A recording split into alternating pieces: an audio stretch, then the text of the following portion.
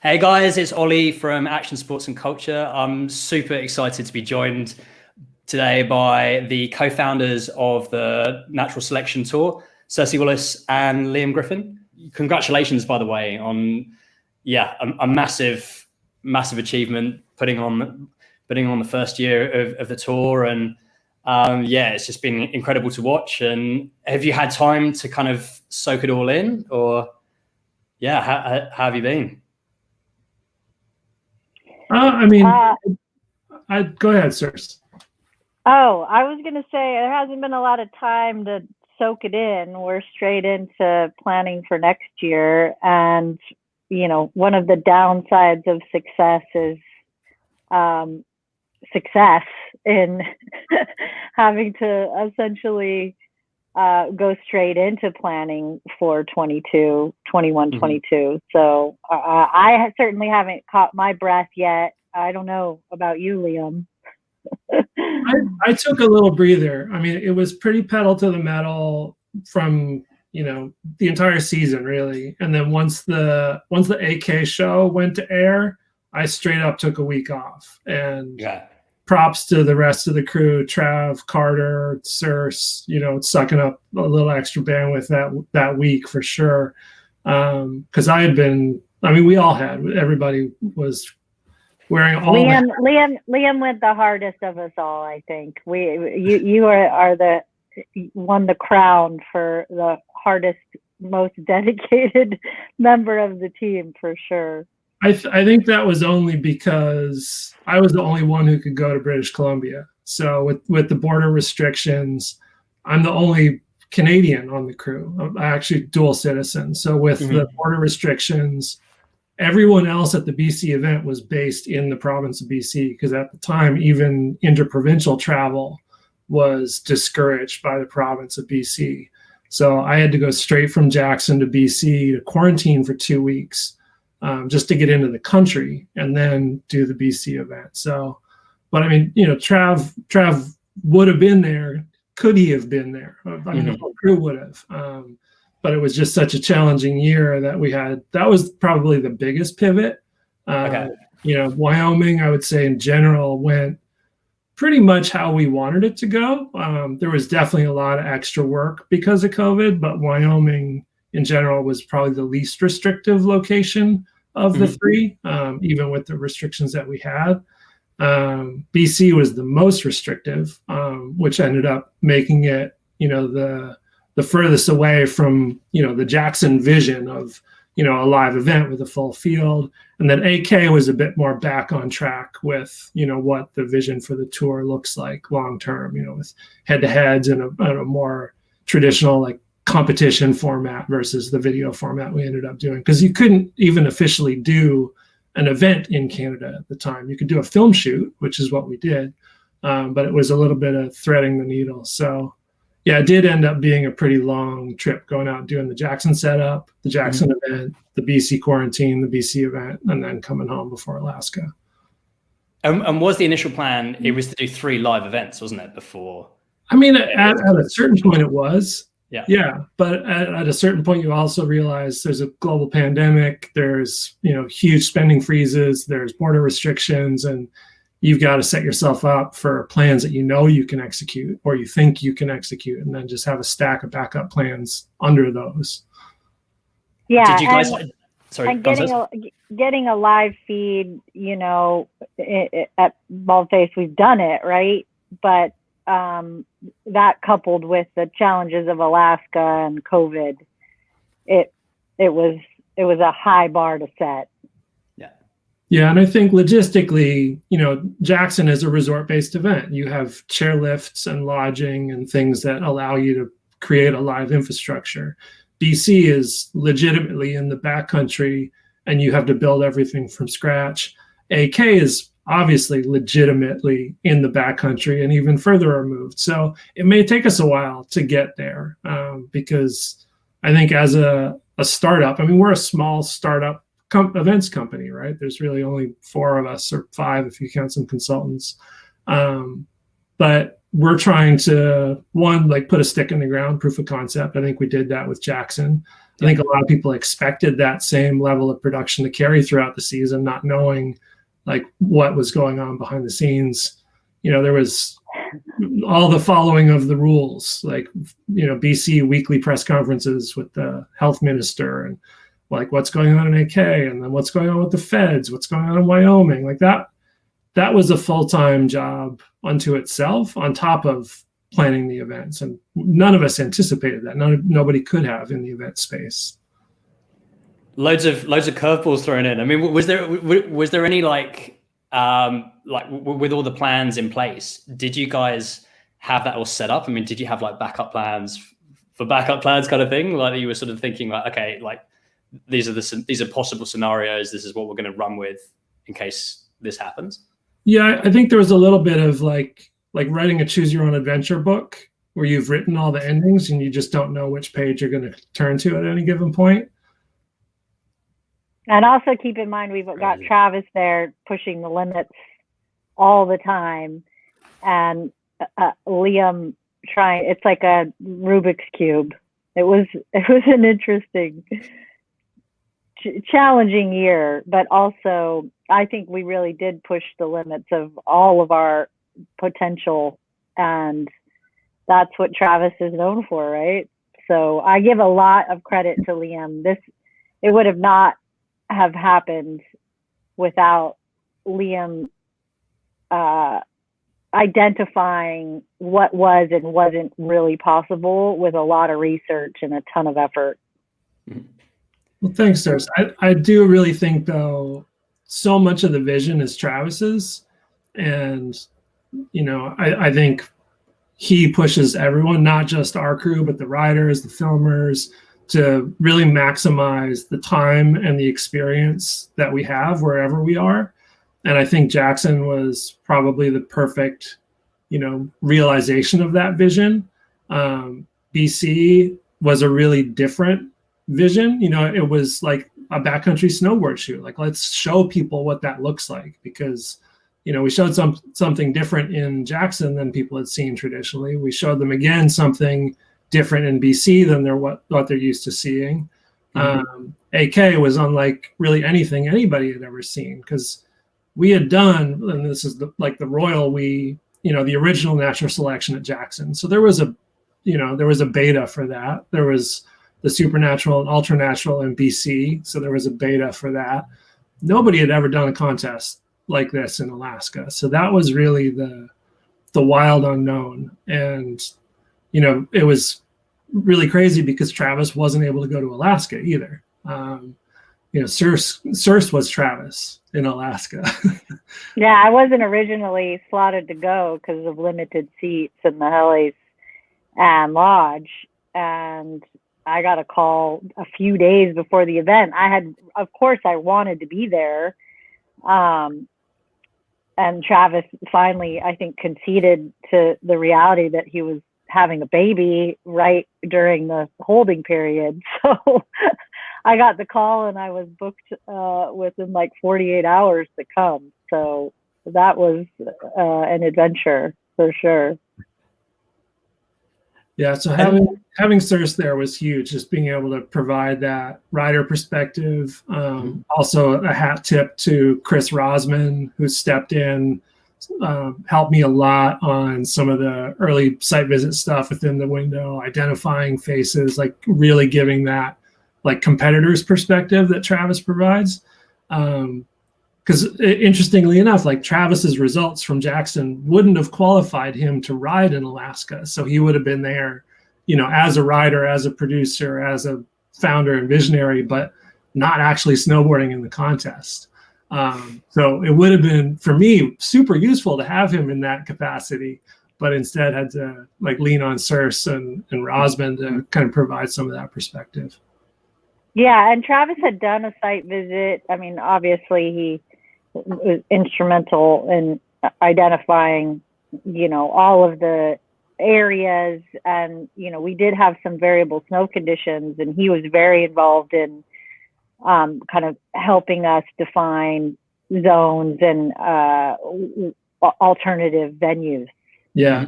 So on the tail end of BC, while Trav was still in kind of the safe zone for the baby delivery, he went to AK, did everything that he needed to do in case the baby didn't come in time. And the baby ended up not coming in time. He wasn't able to make it there for the event, but he had done this huge download of images and sketches and drawings and plans for, venue A, B, C, D. Like it's the backcountry in Alaska. Like it's really wild up there, and things change so rapidly, and the pendulum swings to huge extremes, and you don't really know where you're going to hit it as far as weather and snow conditions and stability. So that was huge. Like that solo site visit, which I think a lot of people saw photos and videos from, thinking he was there, but there was a little smoke and mirrors on the media side.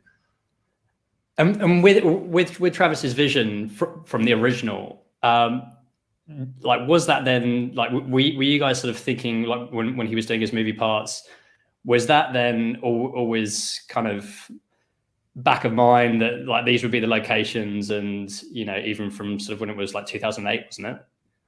Well, I think, for me, looking at it as a consumer of content, it's like, how do you take the biggest things Travis has ever done in film, like Art of Flight, Fourth Phase, and show that level of production and snowboarding to the general public live in a competitive format where they can relate to it a little bit better? Because, even with the best films, you never really see, like, who's the best rider this day, because it's all edited, right? Like, who has the best video part? Yeah, you can decide that, but that's not sport in the way that people consume it, right? So how do we bring that sport element in with that level of production that Travis and, folks like Kurt Morgan and, the old Brain Farm crew, really pioneered? Like, how much gear can you haul into the middle of nowhere to make a production that looks, like planet Earth, but then take the sport element and score it and judge it and have somebody win at the end of the day? That's, I think, the collision of, all these things Travis worked on over the years. I think, having really had a seat at the table for, the evolution of this from 2008, I think for Travis, it was like he, obviously he was a great competitor. He was a standout at Super Park and Chad's Gap. And then, we did Community Project. And I think for him, it was really about, how do I take all of the things that I love about snowboarding that aren't represented currently in comp, and bring that, essentially up level what he loved to do so much in Big Mountain Freestyle, that was in a format that allowed for people to enjoy it at home. Yeah. And I think it's like, how do we package this experience, the incredible beauty and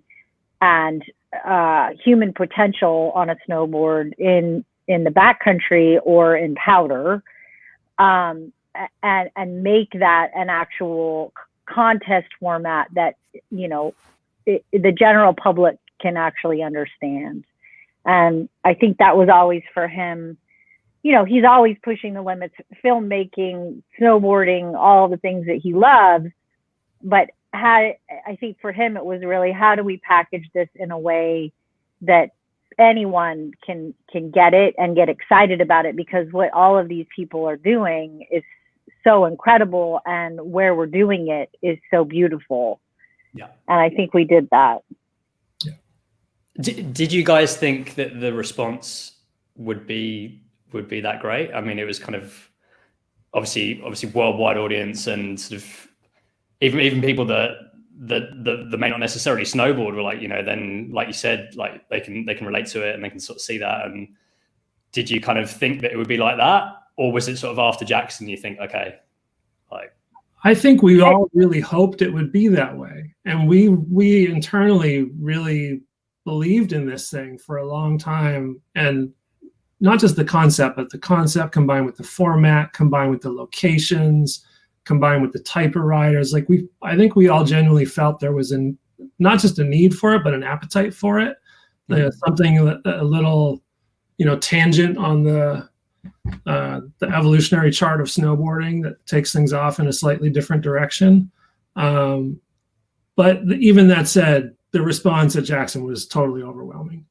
I think for everyone, like just hearing from people outside the industry, hearing from people who maybe left the industry and have been disconnected from it for years and then kind of came back to it through this. It felt very like multi-generational too, in terms of the feedback, people from like across the entire spectrum of snowboarding. So that was not totally unexpected, but a little surprising, just the volume of the, bandwidth that got sucked up. And there was a, perfect COVID storm too. A lot of people stuck at home, a lot of people looking for a point of connection. And I think people found that through sort of co-consuming content.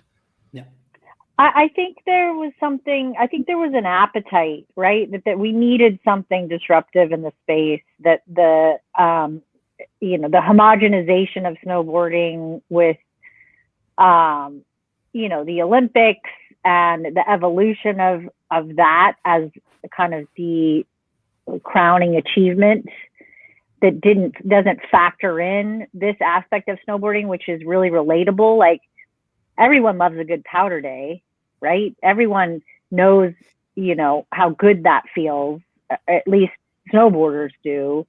And so I think it was just a kind of a perfect storm in terms of people like really not being able to go do all the things that they love to do, having an appetite for progression of snowboarding because it had kind of plateaued, and really having, I guess, limited opportunities to consume snowboarding.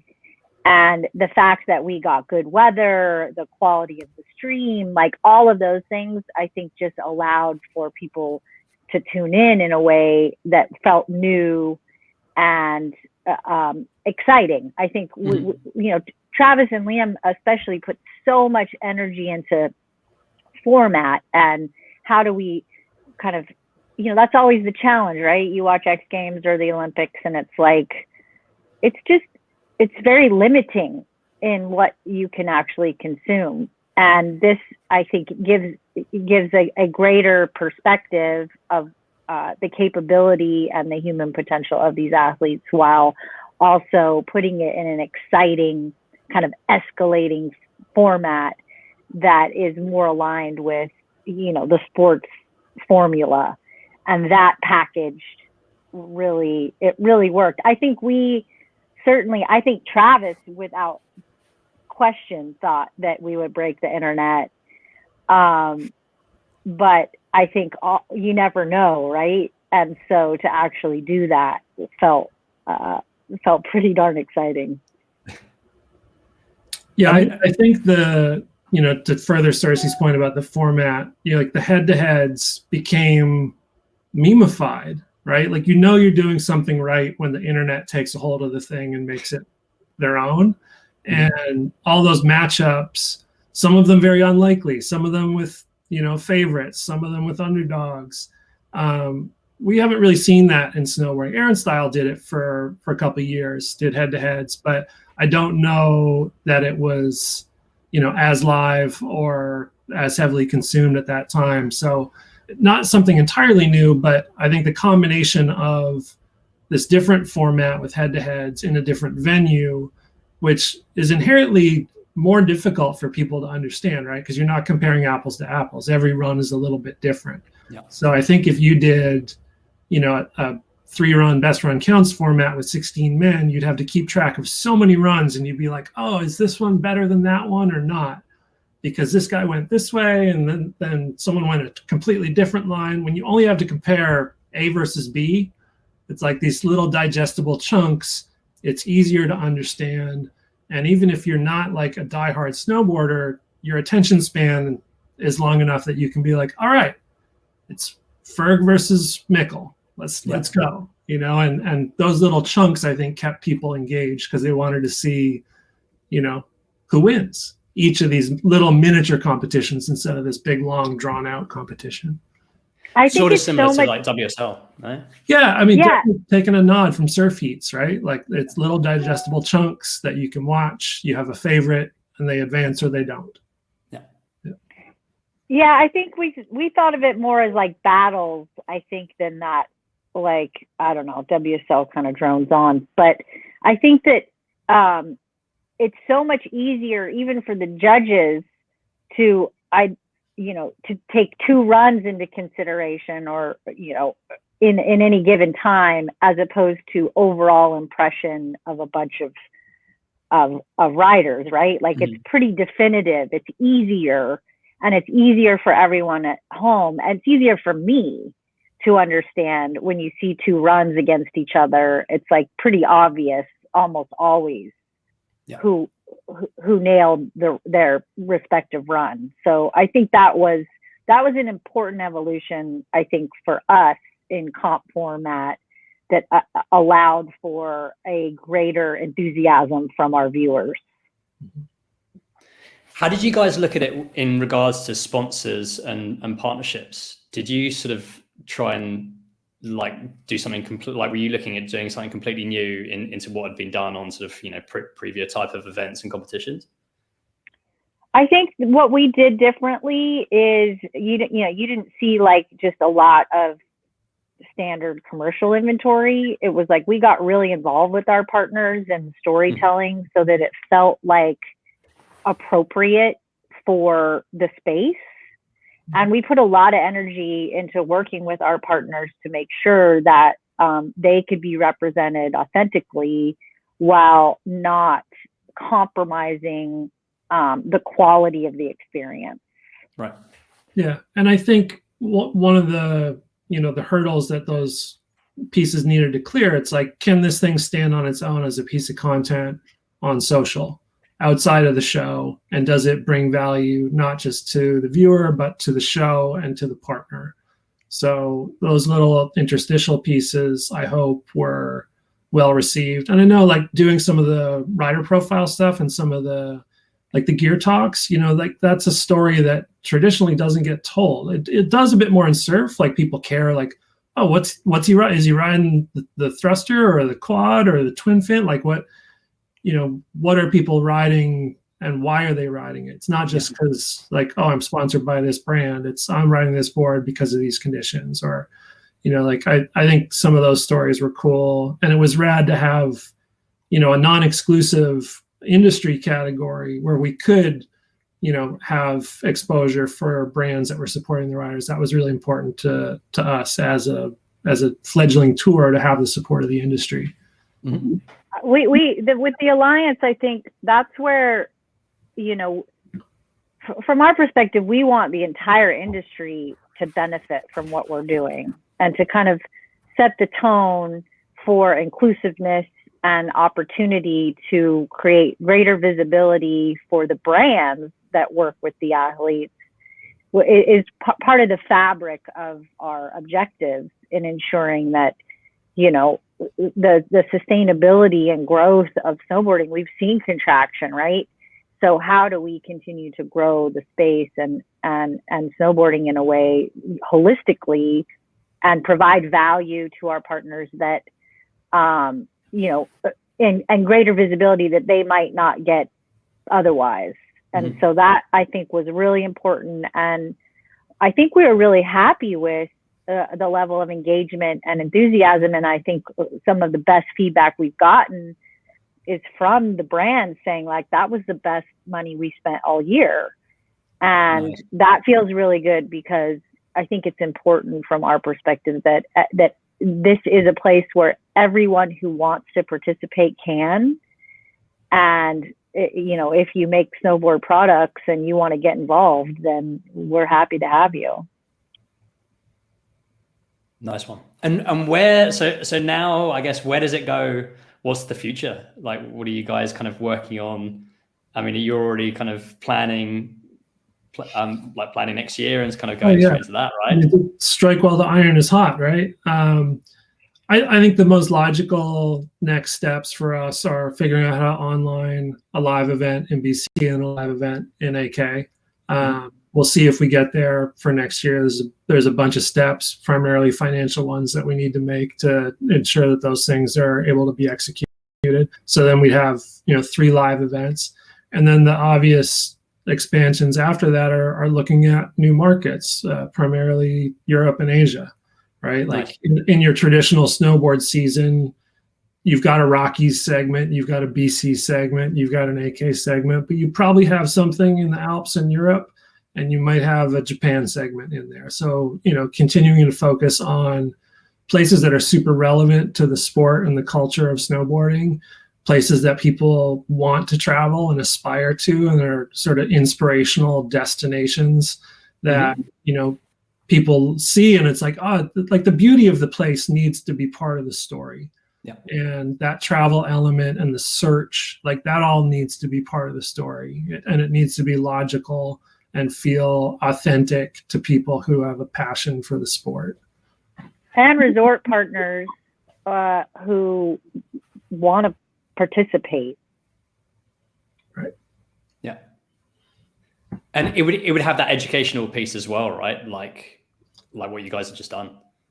Yeah, I think there's a reason January in Japan is as good as it is, and explaining to people what, how the geology and the geography of the area contribute to that, how the hydrological cycle contributes to that, what impacts we have as a society on those things in the long term. Europe, I think, is a totally different animal from all 3 of those perspectives. And it was really cool to work with different crews to put together those stories, because we learned a lot in the process. And I don't want to say it's edutainment, but you can kind of up level the conversation around snowboarding and why we are where we are and what makes these places special, so people maybe think about it a little bit differently.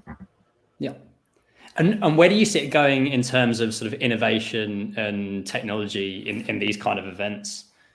Without COVID, I mean, it's sort of like when that barrier has been removed, like what you guys can kind of take and what you can show. Yeah, I think there's one whole area that got backburnered this year on the AR and VR side of things. Okay. We had a full 3D site scan and LiDAR scan of the venue in Jackson, so we have a model of it that exists. It was never completed and pushed public, but I think there's some really cool stuff we can do, both for athletes on site in terms of visualizing and doing course inspections, because there's no practice for this, right? It's not like a slope style or a pipe where you can just groom it at the end of the day and it's good to go. So being able to virtually put people on the lip of a jump where they can look around, we got close with some of that stuff this year, but then translating that experience to the home viewer for folks who have, you can do it on your phone now with some of the AR and VR tech or a headset. So that's one area. That, and then the drone stuff. It was a pretty big leap this year. We've got some work to do on how it interfaces with live. You probably, if you have a sharp eye, noticed some differences between the Jackson event and the BC and the AK events. The Jackson was live drone, the BC and AK were obviously post drone. And there's some camera things that we really want to work on with that technology that I think could continue to change the viewer experience and enhance it. And then we really had to pause, obviously, any experiential, but that is certainly part of our future planning, a more experiential experience. I don't know if you saw that we did any of the streaming of the panel discussions, but we really want this to be a conversation. So a community-based event that certainly allows for, I think, a little bit more immersiveness in the experience itself for the people in those respective regions. Yeah, for sure. It's easy to put together a week-long program in Jackson that includes everyone in the community. This year, it had to all be virtual. In Nelson this year, we were invisible, intentionally invisible, so as not to, have any potential disruption of the local community there, because those mountain communities were really sensitive to travel at that time. And then same up in Alaska. So I think the potential to create in-person experiences for the communities and build these things out, not into like a full-blown festival, but at least, a week worth of programming where every evening there's something additive to the experience. Nice. Cool. And when can we hear like what the next announcement's going to be? Is that? Loaded question. Stay tuned. Stay tuned, exactly. Yes.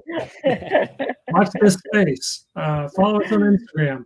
I mean, official announcements probably not till the snow flies next season. It's going to be a solid 6 months of hustling on the back end to figure out how to fund these dreams, right, Circe? Yeah. Yep. It is an evolving and exciting event. Let's just say that. We'll keep you posted. Nice. And if anyone wants to get in contact and to follow you guys, what's the best way? It's at Natural Selection on Facebook and Instagram, or naturalselectiontour.com to find the website.